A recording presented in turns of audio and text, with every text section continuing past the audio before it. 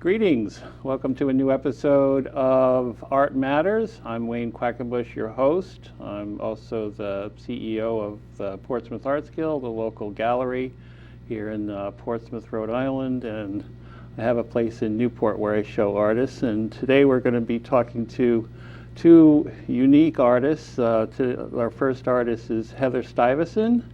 Heather and I met a couple years ago when she participated in a gallery exchange between Gallery X in New Bedford and the Portsmouth Arts Guild, and I really liked her work. And also over the summer we were jurors on a show that was put on by the South Dartmouth Arts Cultural Center. So welcome to the show, Heather. I know you're not a native New Englander like me, and you're a little bit more recent than I am. Could you tell us a little bit about your journey? I know you've had lots of careers in the past. Yes, I've had quite a few actually, but the continuing thread has always been art. Mm-hmm. So there's that connection. And I'm originally from New Jersey. Most recently for almost 30 years, I lived in Montclair, New Jersey, okay, which is 12 miles outside of Manhattan. For some of that time, commuted into New York City. My husband and I made the decision that once our kids were off in school and we didn't have the responsibilities of making sure that they had the familiar place to come home to, that we wanted to move to New England.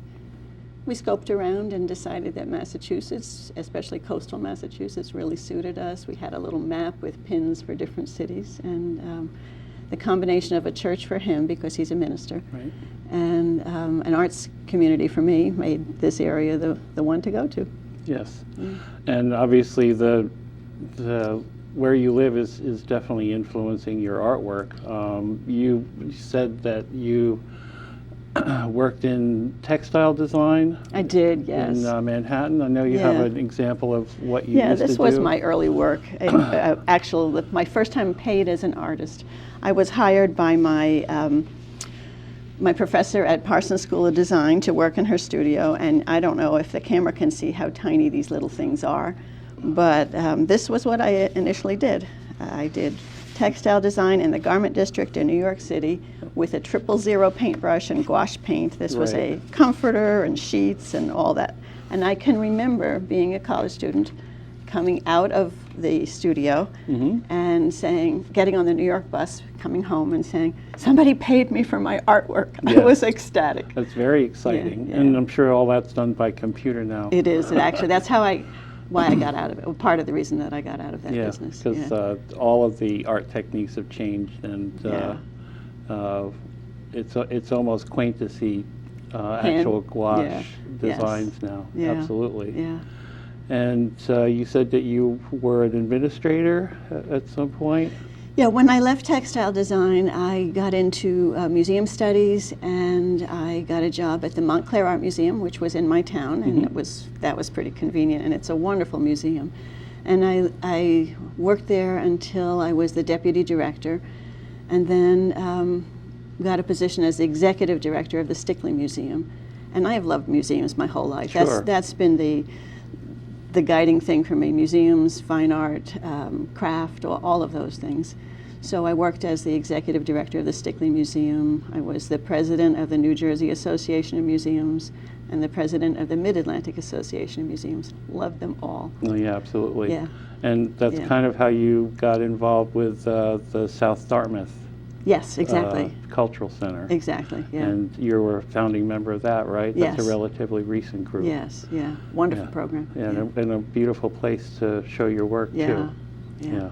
Really like it very much. And you've been working in lots of different styles and areas over the years, and I know you have some stuff here that you'd like to share with us. Oh, definitely, yeah. You can kind of walk us through and talk about your technique and So coming out of the textile world, I did an awful lot of very detailed things. Have we got a glare? Or are we okay? We should be good like that. So this is one of many drawings. I still love to draw. These are my husband's hands, and I call it the craftsman, but it's my husband. And even when I'm doing a drawing and I try to make it realistic, which sometimes I don't, but even in this case, there's got to be something more to it than a photograph for me. Right. So that's why you'll see that this is actually done in different colors of pastel, the blue for the coolness, the orange of the warmth, Right. and that it fades out. And you're working with toned paper here, so you have that mid-ground, that which I love, very precious mid-ground, so you can just put in the Yeah. shadows and the highlight. Yes. But it's done with such care and attention to detail. It really shows through, and it obviously would have a lot more feeling than if you had just taken a photograph or copied a photograph. Yeah, and I think that's why we all love fine art. Yes. Yeah. Yes, I mean, although there is art photography, of course. Of course, yes. But even in those cases, it's about what do you put into it that's a little bit more Right. than... It's the composition and Right. the lighting and Right. finding the right moment Right. and Yeah. all of those things are a factor. Yeah, yeah, very much so. I also do a lot of abstract work. Yep. So it's an interesting balance. And when I started abstract work, I started doing the same thing, kind of detailed work. This is acrylic, upside down. And there we go. And it's part of a series that I'm doing. I've gone back to school. I'm getting my master's in fine art at the University of Dartmouth. Absolutely. University of Massachusetts in Dartmouth. Right, yeah.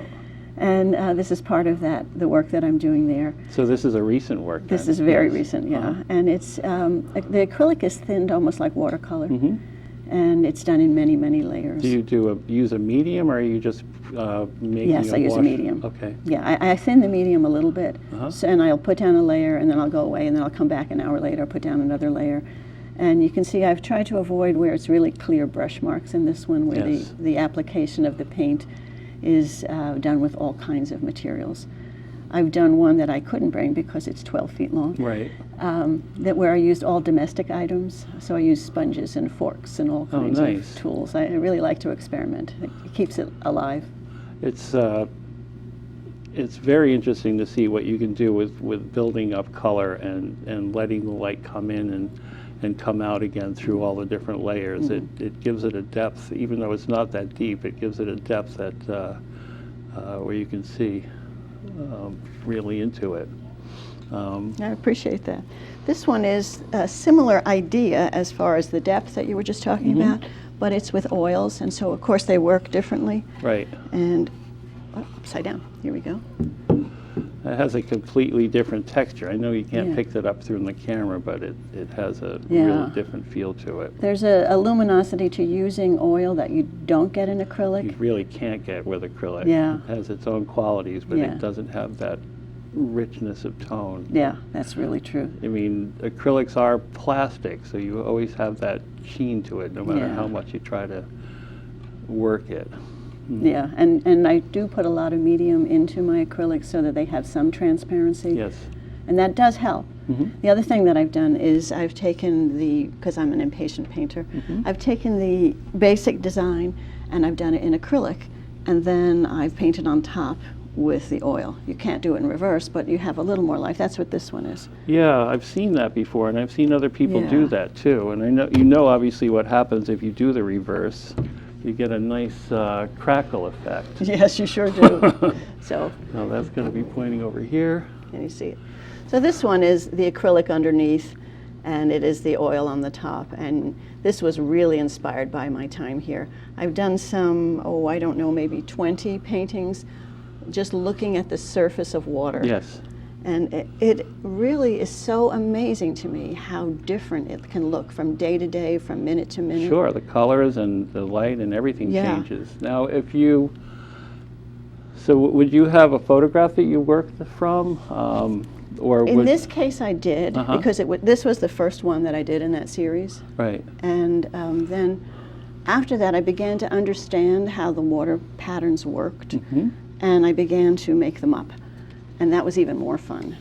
I've also done that with skies, because both of those things are my big inspiration for being up here, or from being up here.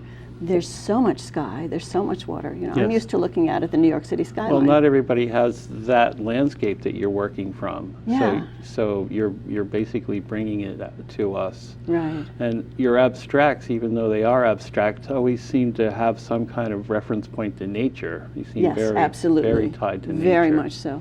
Yeah, I don't know if you can see the one that's behind. Yeah, Michael, if you could get over here to that.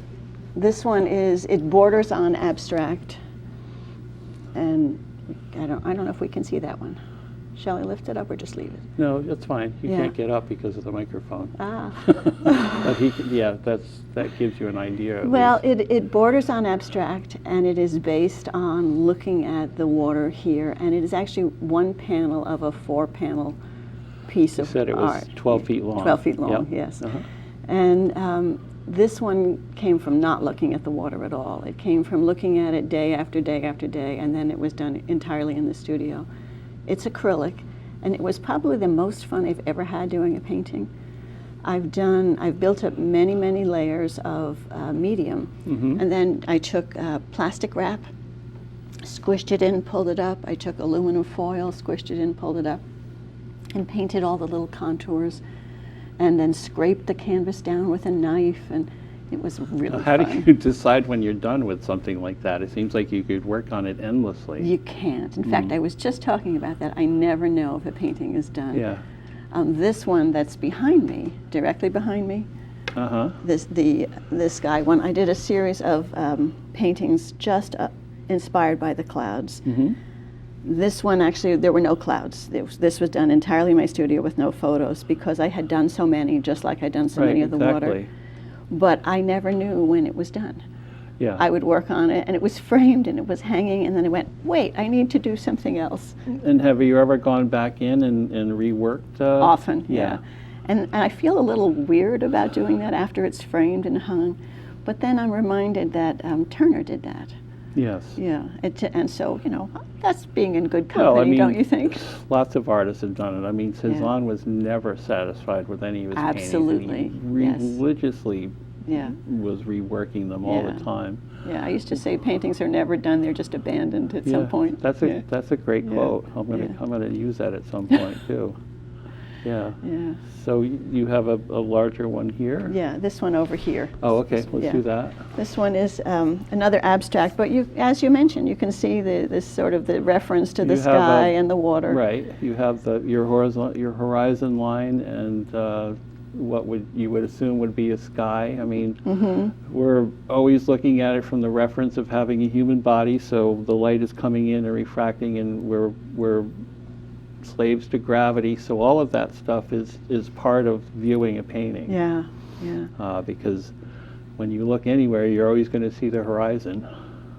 So yeah, so there's more to it than that, though. Yeah, this is one of the instances where I feel like the paint talks back to you. And so I started this just to demonstrate some color usage for a demonstration that I was giving. And then I realized that I was crazy about it. And I just worked until 10 at night from 9 in the morning, and then it was done. Okay. Yeah. Well, it looks like, let's see. We So have the only other one. one more quick one? I'm done this no, one. let's Yeah, do this because yeah. we're down to our last few So seconds. this is one in the works. Uh-huh. It's an entirely different technique. It's embroidered. Yep. And it's also got some color wash on it, and I also had one of my designs transferred onto it. So it's got a complicated blend of art, and I'm not quite sure where it's going to go when it's done, but I've seen that's what it's about. photos or close-ups of that, and it's really intensely detailed.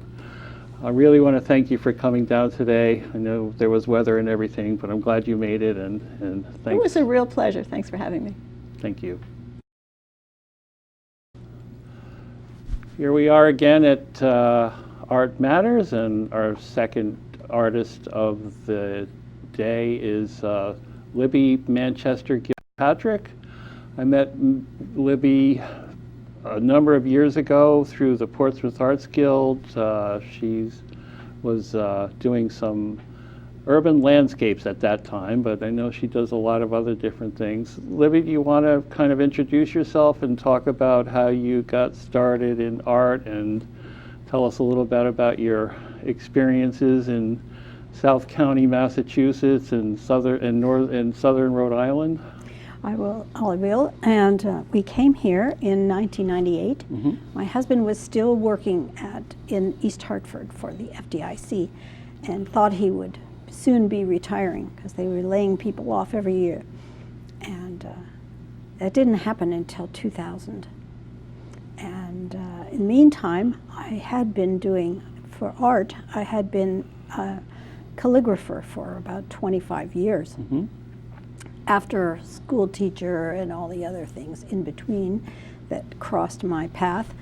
And we had 2 children, 2 boys, and they were all grown up. One was married. We decided it was time to head for a retirementville. We wanted to get a boat and sail. So we came here and we did that. We bought as soon as he retired, and we bought a small sloop, a 30-foot sloop, and explored the coast of New England. Nice. And meantime, I also had fallen in love with oil painting Yes. at the Newport Art Museum.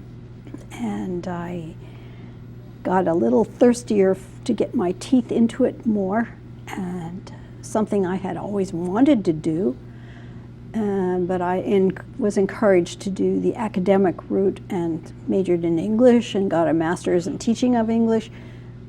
I went to art school as soon as I got the chance and the time. And you said you studied at the Lime Academy? I did. In I went to Connecticut? Yes, I went there for 3 years. I was fully matriculated for the second 2 years, but I didn't stay for another degree. I already had a master's. So right. I decided to just hang out my shingle at that point. Right. And I was active with the Portsmouth Arts Guild. From the around very beginning, that time. almost. Well, that was just after the beginning. Yeah, I think they founded it in 2003, so. 2003, I was fully ensconced there. But I did know Marilyn Moriarty Right. and had probably joined at the time.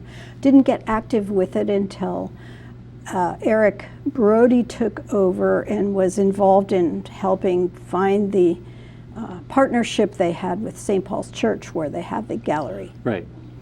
And that's when I became active. I picked up some skills there with some gallery work. I managed the rental of the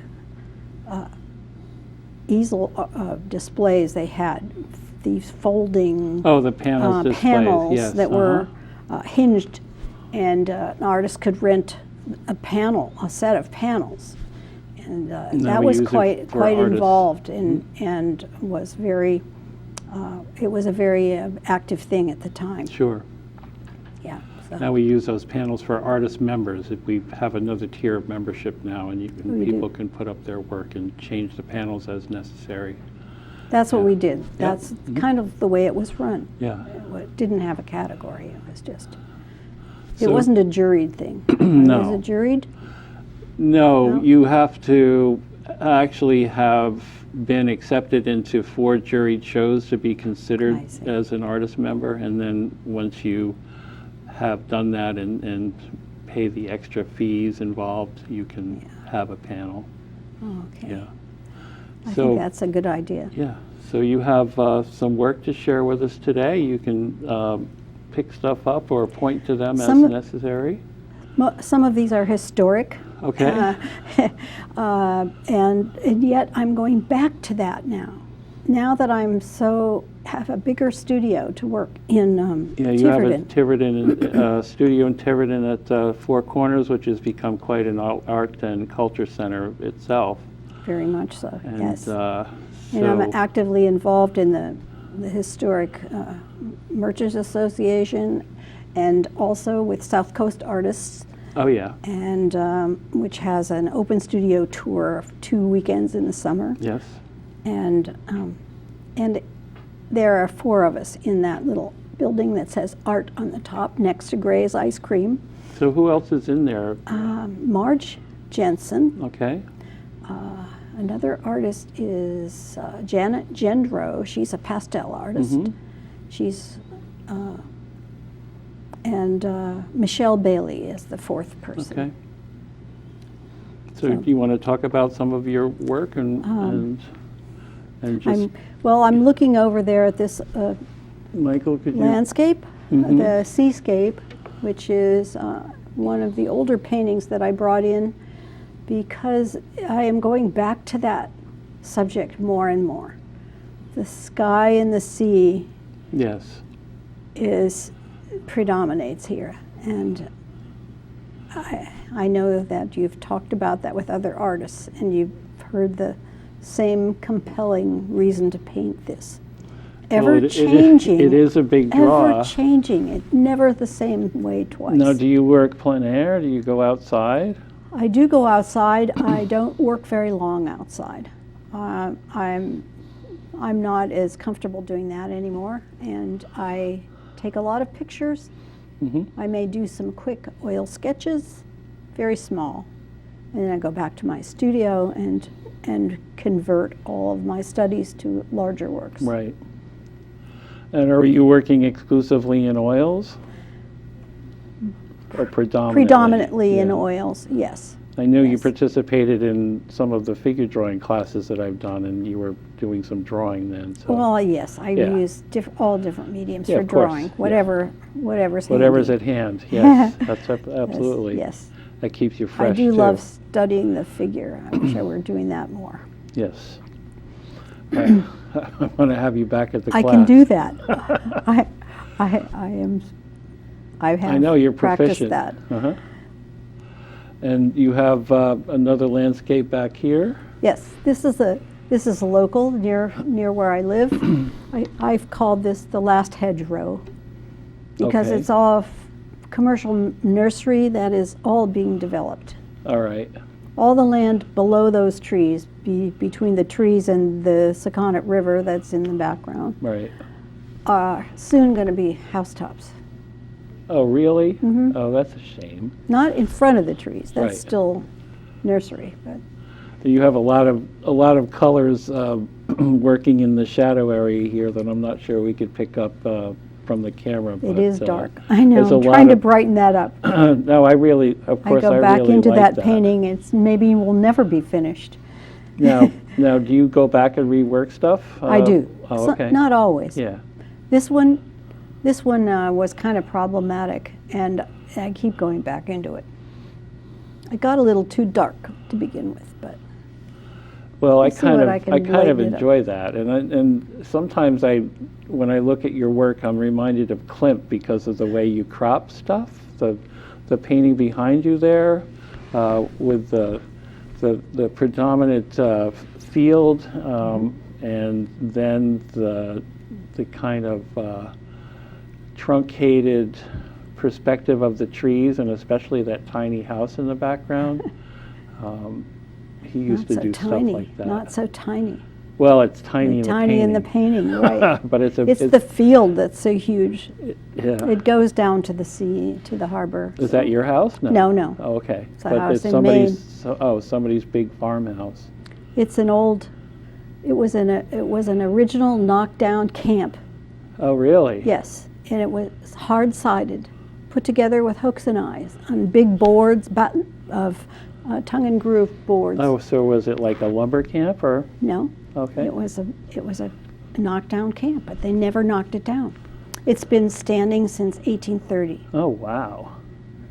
I No, don't know sorry, what a knockdown. 1883. I don't know what a knockdown camp 1883. is. So. It means you take it down. Oh, okay. So it's like a puzzle. It was supposed to be almost. stacked up Uh-huh. and covered or put in a garage or a barn. I see. They never bothered. It was too much work. They left it. It's still standing. Yeah, that's It's amazing. it's endured hurricanes and snowstorms Very cool. and gets rebuilt when it needs it badly enough. Right. Yeah. And you have a piece here. This is another water piece. If I talk, I don't know if you can hear me. We'll be able to hear you, and they'll be able to see the painting. So talk about. This is from the bay. This is a view of the first windmill. Oh, right. The first, not the original, not the old kind of windmill. The first new windmill, Right, the first turbine. Yeah. And I was very excited to be able to It kind of put that on canvas. puts the idea that it ruins the landscape to rest. I think that it's kind of just there, and it kind of fits in with the environment. You made the windmill basically the same color as the clouds. Right. Yeah. Right. Well, it's kind of whitish, Yeah. and the clouds were. It blends into the sky Yes, it does. rather absolutely. than the trees and land part of Right. Right. part of it, and it also it goes with the water. So when you It's paint, wind power, and being a sailor, I'm very conscious of other ways of yes. propelling Yes. and finding energy through wind. Absolutely. Yes. Natural sources. Yes. When you paint, are you using a lot of brushwork or palette knives or a combination? This one was probably done mostly with paintbrush, but I do a lot of palette knife now. That's what happened with this one. Yeah. The Yeah. palette knife is something I use more and more. I That's- love mixing paint with a palette knife. Yes, and It's I very really like exciting. the power that you get with the knife, Yes, and it really shows in your work. thank you. You're very bold when you apply stuff. You're not hesitant at all, from my experience. Thank you. Very nice to hear that. I work at that, and I started doing it that way. I started working thin on that painting of the rocky coast of Newport, and that's looking out at from Brenton State Park, where Yep. the rocks form the beach. And I let that be thin and runny, and then started adding thicker paint. But now I'm really adding thick paint. Yeah, it's almost like an impasto. Do you have a couple small ones down here? Yes, I do. You bring this one down? You can take that down. Okay. And so I'll show you, just to make you feel at home. This is one of the early, this was an earlier abstract I did, but it's actually an urban scene. I painted through a little window in a door. Yes. That was And- my viewfinder. And it looks like, telephone or electrical wires and a pole. Yes, This and is- rooftops. This is what I remember seeing when I first met you. We were talking about it earlier. You were This doing is a a, lot of... a redo of that original painting. Mm. Yes, yes, with a lot more attention to color. And again, changes. the paint is really thick in there, and it looks like you were mixing some of the paint even right on the canvas. Possibly. Yeah, Not some- supposed to do that, but it There- always happens. You kind of make up your own rules usually. Exactly. Yeah. Yes. All right. So we have to take that down, and I think that we're just about at the end of our time. Okay. So You want me to I wanted, show this I one? wanted to thank This is- you. You can I- show this. I'll show that quickly.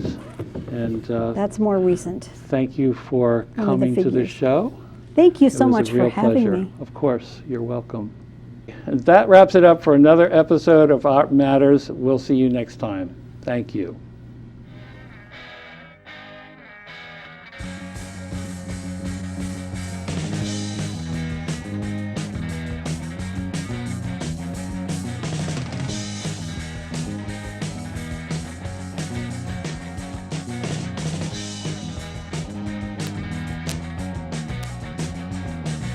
The natives are restless, they vanish in the Spear and Jacksons. Their primitive chants are thinly disguised